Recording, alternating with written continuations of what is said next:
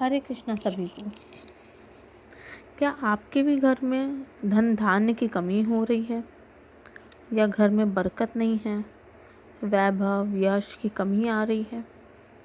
क्या आपको भी ऐसा लगता है कि आमदनी बहुत कम है, खर्चे बहुत ज़्यादा हैं, घर में बरकत नहीं है, सुख समृद्धि की कमी आ रही है?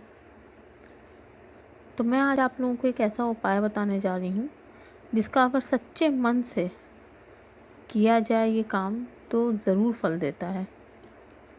अगर आप लोग मेरे चैनल पे नए हैं तो मेरे चैनल को सब्सक्राइब करिए, लाइक करिए वीडियो को और दूसरों के साथ शेयर भी करिए। चलिए आज हम बात करते हैं कि अगर आपके घर में धन धान्य की कुछ कमी आ रही है और आप चाहते हैं कि आपके घर में भी बरकत हो, जो पैसा आए वो टिके, तो उसके लिए वैभव लक्ष्मी व्रत ज़रूर करना चाहिए। इस व्रत को स्त्रियां भी कर सकती हैं, पुरुष भी कर सकते हैं। इस व्रत को अगर सच्चे मन से, पूरी श्रद्धा से, विधि विधान के साथ अगर किया जाए तो ये व्रत ज़रूर फल देता है। आपके घर में चाहे जितना भी आप परेशान हो, सुख समृद्धि की कमी हो, आपके घर में आमदनी की कमी हो रही हो या खर्चे बहुत ज़्यादा बढ़ रहे हैं, आपको जो भी परेशानी है, माँ लक्ष्मी को अपनी परेशानी बताएं और इस व्रत को सच्चे मन से शुरू करें। मैंने अपनी एक शॉर्ट वीडियो में आप लोगों को इस व्रत को करने के लिए बताया था कि आप ये व्रत कर सकते हैं। आज मैं इस डिटेल्ड वीडियो में आप लोगों को बताने वाली हूँ कि ये व्रत कैसे करना चाहिए, इसका किस तरह से इसकी विधि होती है, इसका क्या फल मिलता है, किस तरह से इस व्रत को शुरू करें।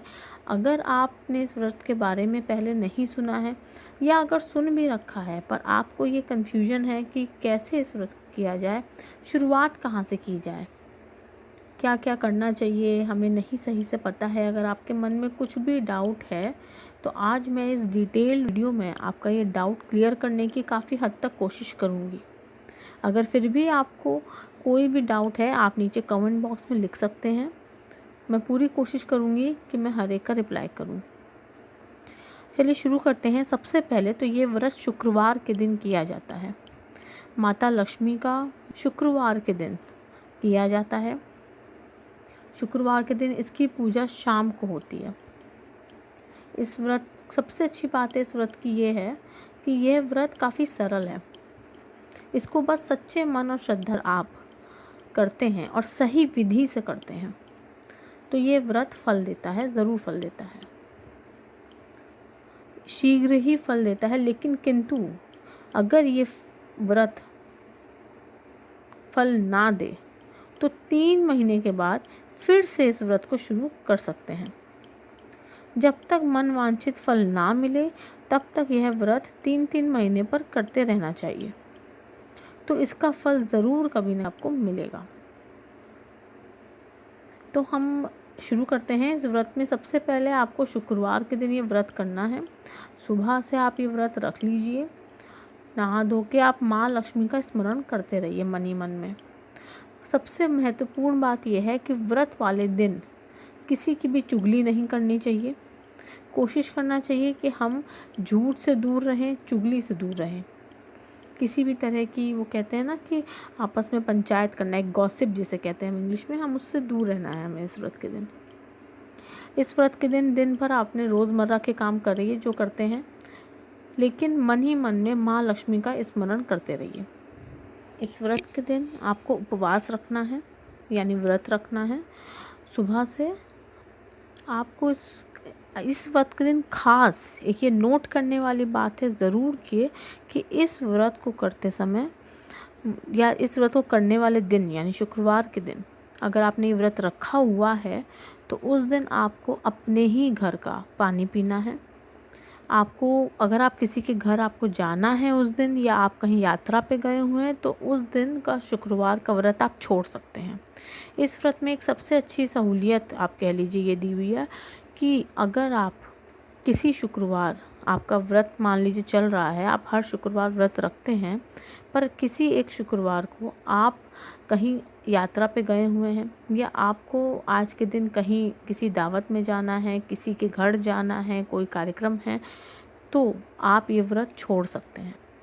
इस व्रत को गिनती से किया जाता है, यानी आप 11 शुक्रवार या 21 शुक्रवार की मन्नत मान लें और फिर आप इस व्रत को शुरू करें। यानी आपको 21 शुक्रवार ये व्रत रखना है। उन 21 शुक्रवार या 11 शुक्रवार अगर आपने माना है, तो उन 11 शुक्रवार के बीच में अगर कोई शुक्रवार ऐसा पड़ता है कि आपको कहीं जाना पड़ जाता है या आपके घर में कुछ मेहमान आ गए हैं, तो आप ये व्रत छोड़ सकते हैं। पर इसमें ख़ास ध्यान देने वाली बात यह है कि अगर आपने व्रत रखा है तो आप अपने रह रहे हो, अगर आप स्त्री हैं, शादीशुदा हैं, तो आप मायके में भी ये व्रत ना रखें। आप अपने घर में जहाँ आप रहती हैं, आपका परिवार रहता है, अपने पति के साथ कहीं रहती हैं या जहाँ आपका किचन है, जहाँ आप रह रही हैं, आप अपने ही किचन का पानी पीजिए, अपने ही किचन में भोजन करिए। इस व्रत के दिन किसी और के हाथ का या हाथ का क्या आप ये कह लीजिए, किसी और के किचन का, किसी और की रसोई का पानी या आपको किसी भी तरह का कुछ खाना नहीं है, पानी भी नहीं पीना है। तो इसीलिए इस व्रत को छोड़ दिया जाता है अगर हम यात्रा पे गए हों तो। इस व्रत को आप छोड़ सकते हैं क्योंकि इसमें लगातार हर शुक्रवार का ऐसा कोई नियम नहीं है। इसमें गिनती से आपको 11 शुक्रवार व्रत रखना है। अगर आपका बीच का एक शुक्रवार छूट गया है तो आप उसको छोड़ के अगले शुक्रवार जब आप व्रत करेंगे तो उसको गिनती में ले लीजिए।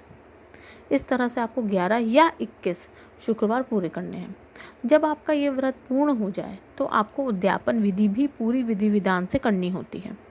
उद्यापन विधि से करना बहुत ज़रूरी है, तभी इस व्रत का फल मिलता है। 11 शुक्रवार अगर आपने मन्नत मानी है तो 11वां शुक्रवार जिस दिन हो उसी दिन उद्यापन विधि करी जाती है।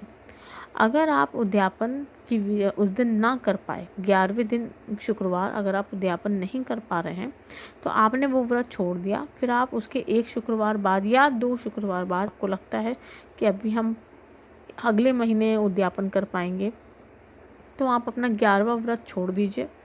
जिस शुक्रवार आप उद्यापन करेंगे उस शुक्रवार को 11वां आपका व्रत करिए और उद्यापन करिए। इस तरह से इस व्रत को रखा जाता है। ये व्रत सायंकाल में किया जाता है, पूजा की जाती है इस व्रत की। आप व्रत दिन भर रखेंगे, सायंकाल के समय इस व्रत की पूजा होती है, यानी जब दोनों संध्या मिली हो शाम के वक्त इस व्रत की पूजा होती है। आप इस व्रत की कथा के पढ़ने के लिए एक किताब वैभव लक्ष्मी व्रत की मंगवा सकते हैं। इस व्रत की किताब लेकर आप इस व्रत में की कथा पढ़िए, लक्ष्मी स्तवन का पाठ करिए, कथा पढ़िए और भगवान का प्रसाद जरूर बनाइए। जो भी आपकी यथाशक्ति है, जो भी आप बना सकती हो, कुछ मीठा बनाना चाहिए और माँ लक्ष्मी को भोग लगाना चाहिए। वैसे तो माँ लक्ष्मी को खीर बहुत पसंद है, सफ़ेद खीर, लेकिन आप हलवा भी बना सकती हैं, सफ़ेद खीर बना सकती हैं, खीर में केसर भी डाल सकती हैं। आप जैसा आपको सुविधा हो, जैसा आप कर सकें। अगर आपकी उतना सामर्थ्य नहीं है कि आप कुछ घी का हलवा या खीर बना सकें, उस समय नहीं आपके पास उपलब्ध है सामग्री, तो आप गुड़ भी रख सकती हैं। सबसे अच्छी बात इस व्रत में यह है कि कोई भी इस व्रत को कर सकता है, गरीब से गरीब, अमीर से अमीर। आप चीनी का भोग भी रख सकती हैं, गुड़ का भोग भी रख सकती हैं, जो भी आपके किचन में मौजूद हो या जो भी आप उपलब्ध आपके पास है। आप कुछ मंगवा सकती हैं अगर गुड़, तो आप गुड़ भी इस व्रत में प्रसाद के रूप में रखी जा सकता है, बस आपके मन में श्रद्धा होनी चाहिए। इस तरह से इस व्रत को किया जा सकता है। इसमें भोग के लिए प्रसाद ज़रूर रखा जाता है, कुछ भी मीठा। तो चलिए हम आपको कुछ नियम बता देते हैं वैभव लक्ष्मी व्रत के। ये व्रत सौभाग्यशाली स्त्रियां करें तो उसका अति उत्तम फल मिलता है, पर घर में यदि सौभाग्यशाली स्त्री ना हो तो कोई भी स्त्री या कुमारी का भी यह व्रत कर सकती है, यानी कुमारी लड़की भी इस व्रत को कर सकती है। स्त्री के बदले पुरुष भी ये व्रत करें तो उससे भी उत्तम फल अवश्य मिलता है। इसीलिए मैंने आपकी वीडियो में शुरू में ही कहा था कि कोई भी इस व्रत को कर सकता है, स्त्री पुरुष कोई भी। यह व्रत पूरी श्रद्धा और पवित्र भाव से ही करना चाहिए। खिन्न होकर या बिना भाव के यह व्रत नहीं करना चाहिए। अगर आपका किसी भी शुक्रवार के दिन आपका व्रत, आपने मान लीजिए मन्नत मानी हुई है और आप व्रत कर रहे हैं, पर आपका किसी शुक्रवार के दिन आपकी किसी भी वजह से, किसी भी कोई भी कारण से आपका मन बहुत ख़राब है, आपको बिल्कुल इच्छा नहीं है इस कुछ भी करने की या व्रत रखने की, या आपका किसी बात पे घर में कोई सी तरह कोई कलेश हो गया है, कुछ भी अगर है, तो उस शुक्रवार को इस व्रत को छोड़ दीजिए। खिन्न मन से व्रत बिल्कुल भी मत करिए। बिना भाव के व्रत बिल्कुल नहीं करना चाहिए। अगर आपका उस दिन मन ठीक नहीं है अंदर से, तो उसको व्रत मत करिए, उस दिन छोड़ दीजिए, उसको गिनती में मत लीजिएगा। अगले शुक्रवार जब आप करेंगे तो उससे फिर गिनती शुरू करिएगा, कंटिन्यू करिएगा, ठीक है। अगर ऐसे मान लीजिए आपने 3 शुक्रवार व्रत रख लिया है और चौथे शुक्रवार को आपने व्रत छोड़ दिया, तो आप उसके अगला शुक्रवार जब आप करेंगे तो उसको चौथा शुक्रवार गिनिए और आगे व्रत कंटिन्यू करिए। यह व्रत शुक्रवार को ही किया जाता है, जैसा कि मैंने आपको बताया है। 11-21 मन्नत मान लेनी होती है, ठीक है। और पुस्तक खरीद के उसके हिसाब से कथा पढ़ के उसमें, और लक्ष्मी स्तवन का उसमें श्लोक दिया हुआ है, आप उस श्लोक को पढ़ के, माँ लक्ष्मी की उसमें छवि भी दी रहती है, आप उस छवि को प्रणाम करिए। श्रीयंत्र भी एक पन्ने में, आप अगर वैभव लक्ष्मी व्रत की जब किताब खरीदेंगे तो उसमें श्रीयंत्र का भी एक पन्ने में छवि बनी हुई है, उसको प्रणाम करिए, उसमें फूल चढ़िए। एक बात और ध्यान देने वाली है कि माँ लक्ष्मी को लाल फूल बहुत पसंद है, तो आप गुलाब का फूल या गुड़हल का फूल लाकर माँ लक्ष्मी को अर्पित कर सकते हैं। उसके बाद अगर आपका व्रत पूरा हो गया है और आपको किसी दूसरी मन्नत से फिर इस व्रत को शुरू करना है, तो आप बिल्कुल भी इस व्रत को शुरू कर सकते हैं, इसमें कोई भी परेशानी नहीं है।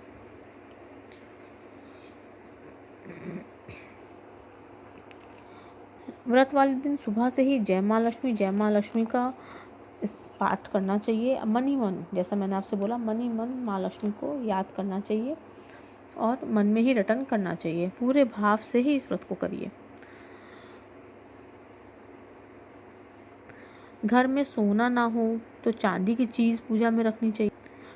चांदी भी ना हो तो कोई रुपया पैसा भी आप पूजा में रख सकते हैं। यानी जब आप पूजा करेंगे सायंकाल के समय, तो उस समय आपके पास क्या क्या होना चाहिए? आपके पास रोली, चावल, एक तांबे का लोटा, छोटा या बड़ा कैसा भी चलेगा, तांबे का लोटा होना चाहिए, ठीक है। उस तांबे के लोटे में आप जल भर कर रखेंगे और आपके पास कोई रुपया या गहना सोने का, चांदी का चलता है, कोई भी, उसको अच्छे से धो के और आपको पूजा में रखना होता है। बाकी माँ लक्ष्मी की, गणेश भगवान की प्रतिमा भी आपके सामने होनी चाहिए। और जब आपका व्रत पूरा हो जाए तो कम से कम 7 स्त्रियों को,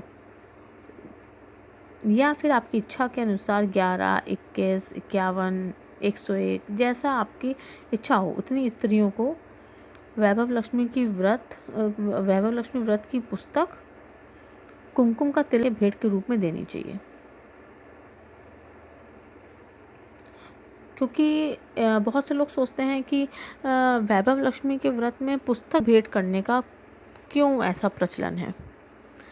कई लोगों के मुख से तो मैंने ये भी सुना है कि लोगों को लगता है कि ये अपनी पुस्तक का प्रचार करने के लिए, अपनी पुस्तक को भेंट में करने के लिए कहा जाता है, पुस्तक में लिखा रहता है, लेकिन ऐसा नहीं है। मेरा ये मानना है, मैंने ये व्रत को किया है, काफ़ी बार किया है, और मेरा ये मानना है, जैसा मैंने इस व्रत में कहानी भी पढ़ी है, इसकी कथा पढ़ी है, मेरा ये मानना है कि इस व्रत में हम हमेशा इस बात जोर दें का कल्याण हो, माँ लक्ष्मी सब कल्याण करे, सबको सुख समृद्धि दे, सबको खुशियाँ दे। और जब हम सब की बात करते हैं तो इस पुस्तक, जो वैभव पुस्तक है, इस पुस्तक को जब हम उद्यापन करते समय लोगों में बांटते हैं, चाहे हम 11 स्त्रियों को उद्यापन के समय बुलाएं और चाहे हम 7, चाहे हम ज़्यादा को करें, जब हम बुलाते हैं उद्यापन में स्त्रियों को, एक बात और मानने वाली कि इसमें सौभाग्यशाली स्त्रियों को ही बुलाएं।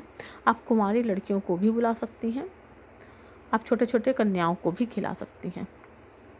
तो इसलिए इस उद्यापन वाले दिन जब आप स्त्रियों को या कुंवारी लड़कियों को या छोटी छोटी कन्याओं को जब आप गिनती से जब आप वैभव लक्ष्मी व्रत का उद्यापन करिए और आप उनको भोग खिलाएंगी और पुस्तक बांटेंगी, तो पुस्तक बांटने का बस यही एक उद्देश्य रहता है कि हम इस व्रत को लोगों तक पहुंचाएं, ताकि और लोग भी इस व्रत का लाभ उठाएं, इस व्रत को करें और उनका भी कल्याण हो।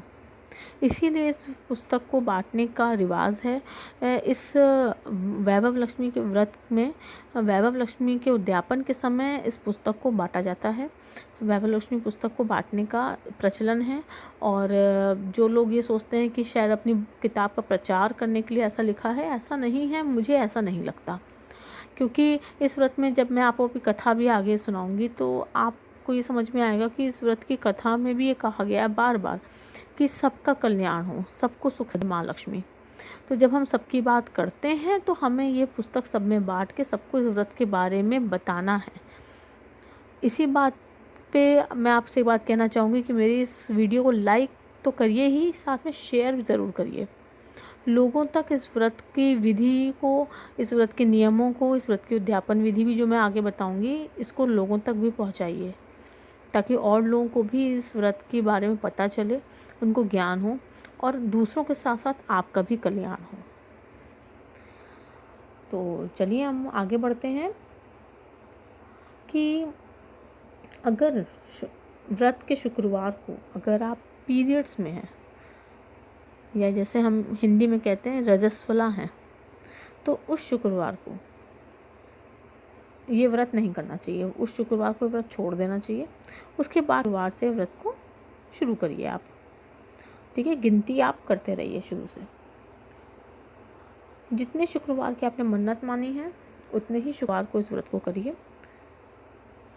व्रत की जब आप विधि जब शुरू करते हैं, यानी सायंकाल के समय जब आप पूजा करेंगे, तो आप लक्ष्मी स्तवन का पाठ पहले करेंगे। आप पहले सबसे पहले श्रीयंत्र को प्रणाम करेंगे, माँ लक्ष्मी को प्रणाम करेंगे, गणेश भगवान को प्रणाम करेंगे और आप उसके बाद लक्ष्मी स्तवन का पाठ करेंगे।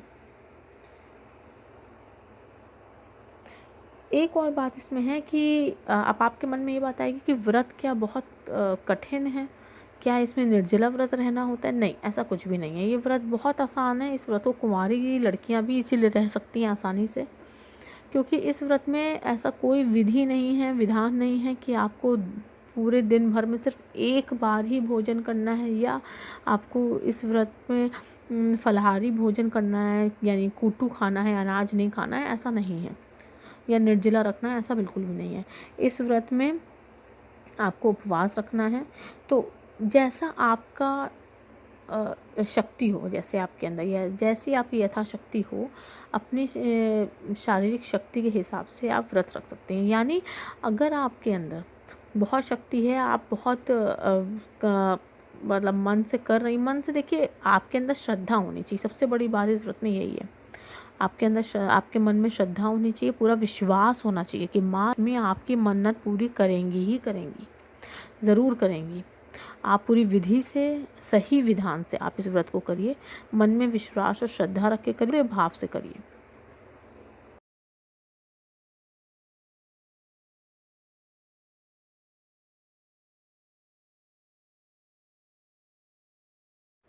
अगर आपके अंदर शक्ति है तो आप पूरा दिन सिर्फ पानी पीकर पूरा दिन उपवास रख सकती हैं। सिर्फ और सिर्फ शाम के समय जो आप माँ को, माँ लक्ष्मी को जो आपने मीठे का भोग लगाया है, सिर्फ उस प्रसाद को खाकर भी आप पूरे दिन उपवास रख सकती हैं। उसके बाद अगर आप में थोड़ी कम शक्ति है, आप का ये कहना है कि भाई खाली प्रसाद रख के तो बहुत कठिन व्रत हो जाएगा, तो आप ने जब पूजा कर ली उसके बाद आप एक टाइम, यानी आप पूजा करने के बाद अनाज ले सकती हैं। अनाज के साथ ही जो आपने मीठे का भोग लगाया है, आप अपने अनाज जब खाना खाने बैठें तो उसके साथ ही वो प्रसाद भी ग्रहण कर लें। प्रसाद खाएं और उसके बाद अपना खाना, तुरंत ही अपना खाना खाएं उसी थाली में। तो इस तरह से आप एक समय भोजन कर सकती हैं अनाज का। अगर आप में थोड़ी और कम शक्ति है, या आपको लगता है कि भाई दिन भर में एक टाइम अनाज से नहीं होगा, या आप ऑफिस जाती हैं, वर्किंग वुमेन हैं, या अगर कोई पुरुष रख रहा है इस व्रत को, भाई उसको दिन भर ऑफिस में रहना है, पूरा दिन व्रत रख के एक टाइम अनाज से नहीं उसका परेशानी होगी, उसको नहीं वो रख सकता है, तो आप दोपहर के समय भी सेंधा नमक डाल के, या आप अनाज भी अगर आप लेना चाहें तो आप ले सकते हैं, थोड़ा सा अनाज खा सकते हैं।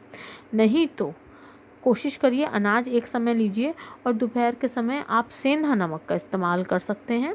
आप आलू भून सकते हैं, या सेंधा नमक से आप कुछ भी जो बनाना चाहें फलाहारी वो आप ले सकते हैं।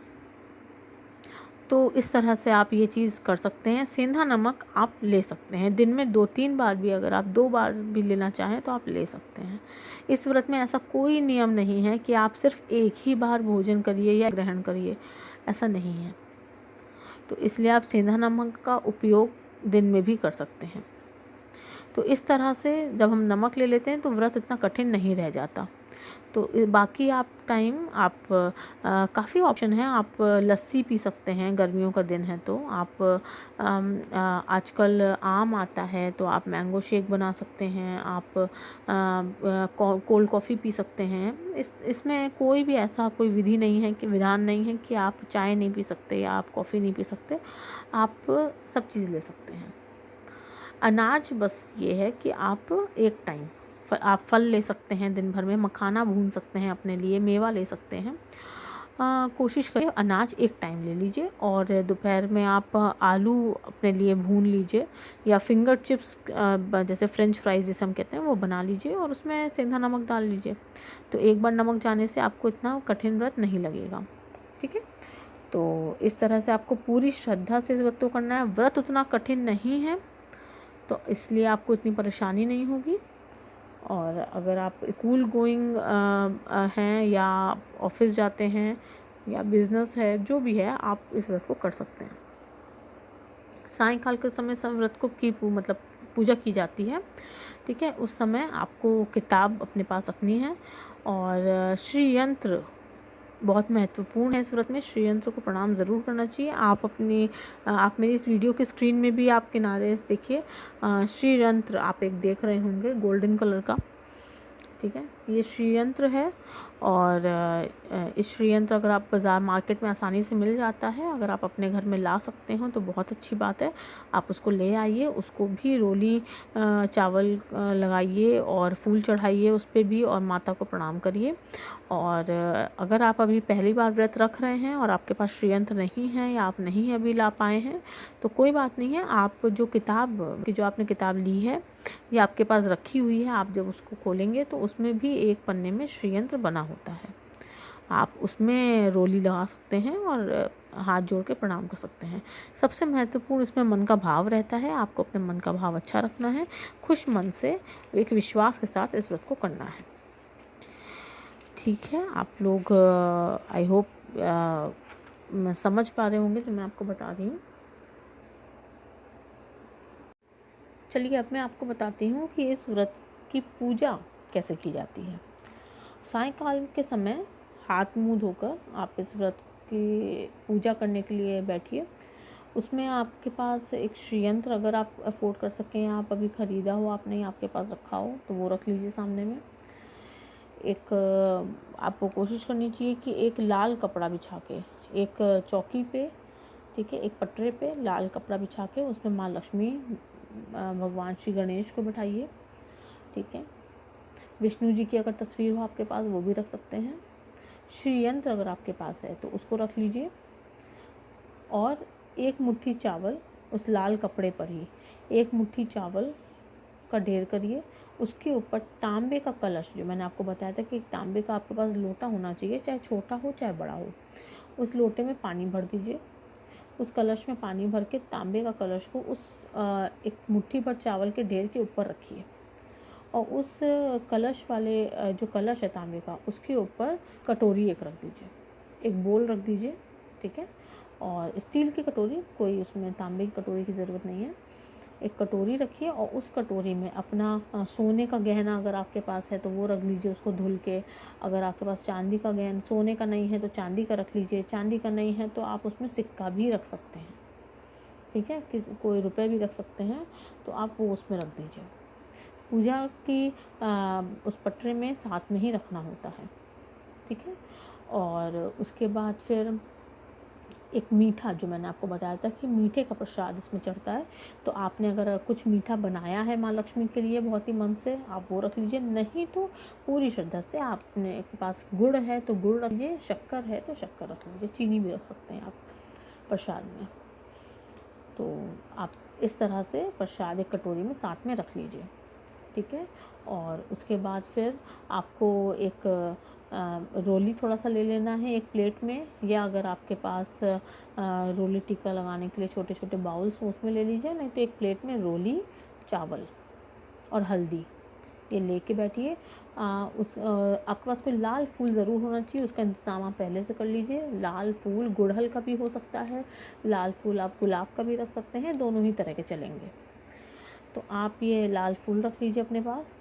माँ लक्ष्मी को, भगवान गणेश को, भगवान विष्णु को श्री यंत्र अगर आपने रखा हुआ है अपने पास एक उसकी तस्वीर तो ठीक है, नहीं तो किताब में श्री यंत्र बना है उस पर आप टीका लगाइएगा, हल्दी और कुमकुम का चावल चढ़ाइएगा। और आपने जो कटोरी में, जो एक बाउल में जो आपने सोने या चांदी का गहना या रुपए पैसा जो रखा है उस पर हल्दी कुमकुम का तिलक करिए, चढ़ाइए और चावल चढ़ाइए। और लाल फूल माँ लक्ष्मी को बहुत प्रिय है, तो लाल फूल ज़रूर चढ़ाइए, श्रीयंत्र पे भी चढ़ाइए, माँ लक्ष्मी को भी चढ़ाइए।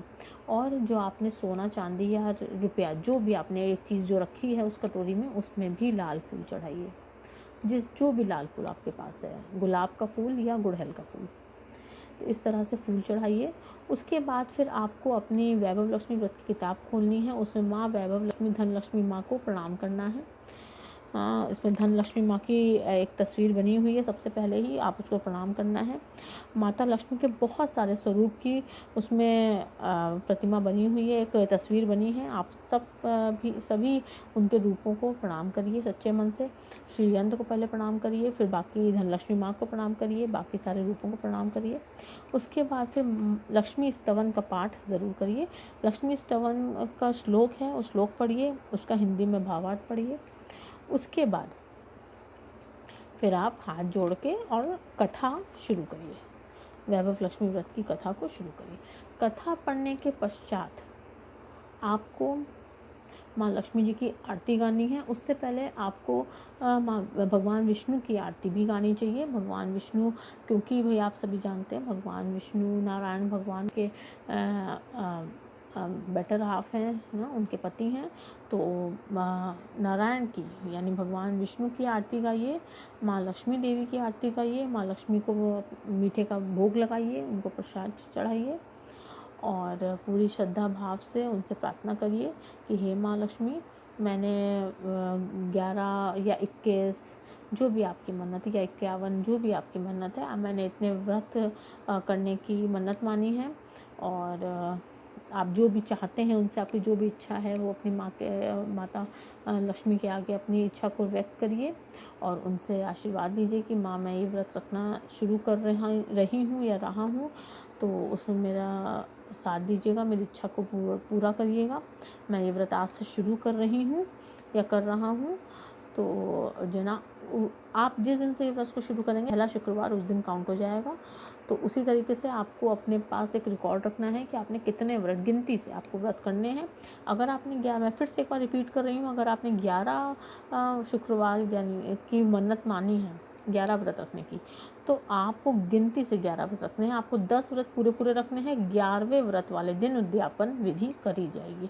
उस दिन आप व्रत रहेंगी पूरा दिन और शाम के समय यानी सायंकाल के समय पूजा करके और 7 कुमारी या सौभाग्यवती स्त्रियों को बुलाएंगी या छोटी छोटी कन्याओं को भी खिलाती हैं।